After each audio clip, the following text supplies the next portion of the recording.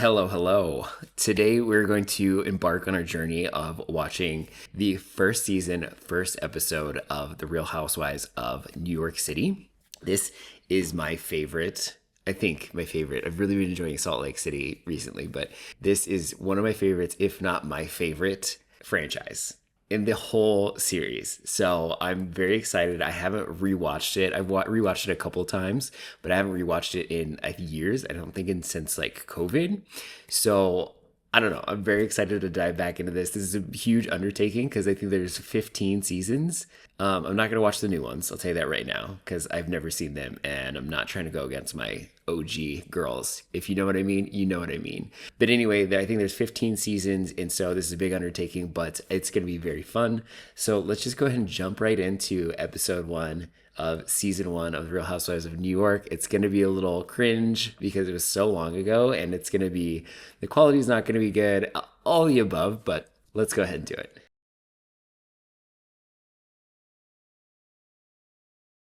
I do not remember these intros. I run with a fabulous circle of people. I like making my own money. Oh, this is so exciting. It's going to be a little cringe. I'll tell you that right now.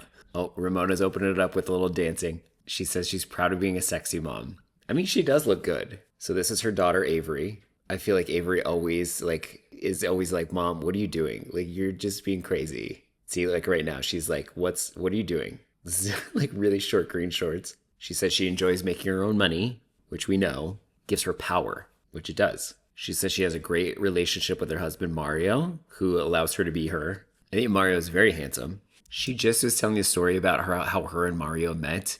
And he comes over to the table. She was having dinner with her sister. And he comes over to the table and he's like, aren't you the woman that wears the green G-string with the black ruffles? And she goes, yes, I am. What? How would he know that? First of all, I hope she explains this. But she probably won't. She said that's how we met. Like, there's no. How would he know that she was wearing a G-string? Mario's business is a third generation business. They make religious articles, apparently. I do not remember this. Ramona's condo, Upper East Side. She says that the Upper East Side is the most desirable place to live if you have children. And there's pressure to look good in New York. Oh, let's see what treatment she's getting. Oh, she's getting her legs tightened. She's tearing other women down for doing filler. She's like, I can't stand duck lips and big round cheeks. Oh my God, look at her face. She says that everybody lives in New York because there's a chicness about New Yorkness and everybody aspires to be like New Yorkers. Oh, here's Jill, big bad Jill. She recently got in a little trouble. She says, so Jill's talking about the entry into socialite New York, which is like going to charity events, like naming hospital wings after yourself. Like it's very expensive to get into this like inner circle. Now she's talking about how she never wanted to live in New York. Now she loves New York because she gets pictures taken of lots of fancy magazines and she's a socialite. She's going through all of her invitations. These are all, first of all, these invitations that she's going through in her thing, she's acting like these are like handwritten invitations from like these big parties. One was just a postcard. She's like, these are very exclusive events. One's just a postcard. She's married to Bobby. They've been married for 7 years. They own Zarin Fabrics, Lower East Side, so downtown. She has Allison, who's 14 from her previous marriage. Allie's talking about her relationship with Bobby and how Jill puts a lot of strain or pressure on them to have a really good relationship. And it doesn't sound like their relationship is amazing. So Jill's condo, Upper East Side. She says everything you need is on the Upper East Side. She could live anywhere in the world, but she chooses to live in New York because it's the center of the universe. Bethany. Hello, Bethany. She's a natural food chef that cooks for multiple celebrities. She wants to be a household name. She's talking about her like past, how her mother's been married or was married. I don't know if she's still alive at this point, but was married like 3 or 4 times. And her father was a part of the racetrack. Her stepfather was a part of the racetrack. So that's a big part of her life. Jason is Bethany's boyfriend. She says she found the one. I do remember that this does not go well with Jason. It might be this specific dinner that does not go extremely well. Bethany's got a condo on the Upper East Side. She said she wants to get married to Jason. She wants to live downtown. She's a downtown biatch. This is Alex. She's talking a lot about how the New York social scene is very exclusive. She's talking about her husband, Simon. They have a very interesting dynamic. I will tell you that right now, if you have not seen this before. She says that Simon runs this exclusive hotel. I don't remember this. I don't remember what he does. And she's in visual merchandising. I don't know what that means. Is that where you like? Is that where you like in Target where you like merchandise? You like you move the most important things that you want to sell up front, or you like organize the store in a way that makes people buy things. I think that's what that is. They wanted a French au pair because they wanted Francois and Johan, which are their kids' names, to be bilingual. Average cost of an au pair is $30,000 a year. They just said on the screen. Whoa. Alex says she'd never want to live anywhere else. Oh, their Brooklyn townhouse, 2.2 million. Oof, that's a lot. Especially back then. This was like 20 years ago, 15 years ago. They're still trying to get into social Manhattan, but they moved to Brooklyn, so I think that's going to set them back a little. Oh, the Countess Luann. Oh, look at that green top. She said she was a model in New York, and that's how she met her husband, Count the Count. Oh, he built the Suez Canal and the Panama Canal. Wait, did she just say they gave the Statue of Liberty to New York? Gave the Statue of Liberty to New York. Wow, that's incredible. When she married Alex, she became a countess. They have two children who are Victoria, who's 12, and I forget the other guy's name, who's 10. Oh my God, $9.5 million on the Upper East Side. They got some money, honey. So she's talking about how they like to go to the Hamptons during the summer because the city's just too hot and full of tourists. I think her son's name is Noel. We'll find out here in a second, I think. Noel, yeah. It's so funny because these townhomes, like if you look at this picture, I think this thing will go away in a second, but these townhomes in New York, like it was $9.5 million. That's crazy.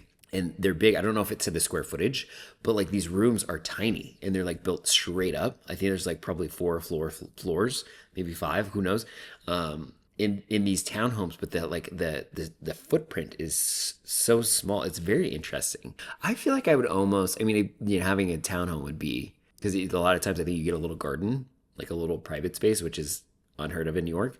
But I feel like if I had $9.5 million to spend on a place, I feel like I would want something with a view and then just have something with like an outdoor terrace so you can enjoy the outdoors, but then you also get the view and it's more open. I feel like I would feel a little claustrophobic in this townhome setting. I don't know. My house is very open. So that's just kind of my vibe. She just said that everybody wants her to come to her events, but she has to, so she picks and chooses, but she manages. She manages her social life. She's like, the housekeeper is like, thank God they're gone. So Bethany is talking about the Hamptons and how everybody goes to the Hamptons during the summer from New York. They pack up all their stuff, all their memorabilia. And it's like an hour and a half, 2 hours away, I think she said. But she said it's just a concentration of the wealth of New York that goes out there. And she's talking right now about it being just kind of a vulgar display of wealth. See, Ramona's apartment is nice and open. She says that she likes to go to the Hamptons because there's barbecues and margaritas and the beach and all that. But she said there's something peaceful about the city because everybody like leaves the city to go to the Hamptons. So she stays in the city a lot during the summer. I also think she doesn't have a Hamptons home to go to at this point. Jill's talking about her house in the Hamptons. So Jill says she met Luann at the movie premiere this summer. And then she says that Ramona is her tennis friend. Jill says the first thing she likes to do when she gets to the Hamptons is open up the tennis court, get her tennis pro, and start playing. Very posh. Oh, Jill's saying that she stole her tennis pro from Ramona. And so she's trying to get tips on how to beat Ramona because she's challenging her to a match. So Jill's talking to Allison about this camp. She's saying that she has arthritis, but she also wants to lose weight. So they're talking about sending her to this camp. I don't know what she's calling it, some sort of health camp or something, but she's sitting her down and talking about this camp, which I don't want to say it, but I think it's a fat camp. I think they say that later on in the season, which is horrifying. Yeah, a lot of times in these like earlier shows, these women or these people get away with, I can remember a couple instances, get away with anything. Like they can say whatever they want and there's no like accountability. We'll review as they come up. She's saying it's a really big commitment. It's really expensive. Ramona's talking about how hot her tennis pro is and how he takes his shirt off and she seems to like it. Oh, I mean, he does look pretty cute. I will say that. She's all flustered because her tennis pros. I mean, he's cute.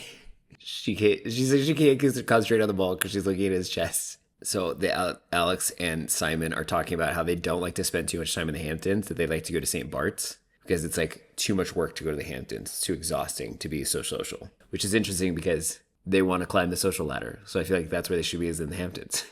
Not St. Bart's.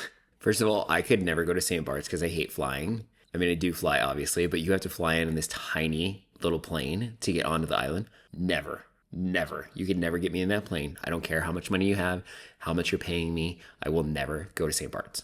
No. I think you could take a ferry, but it takes like hours. But that's what I would do.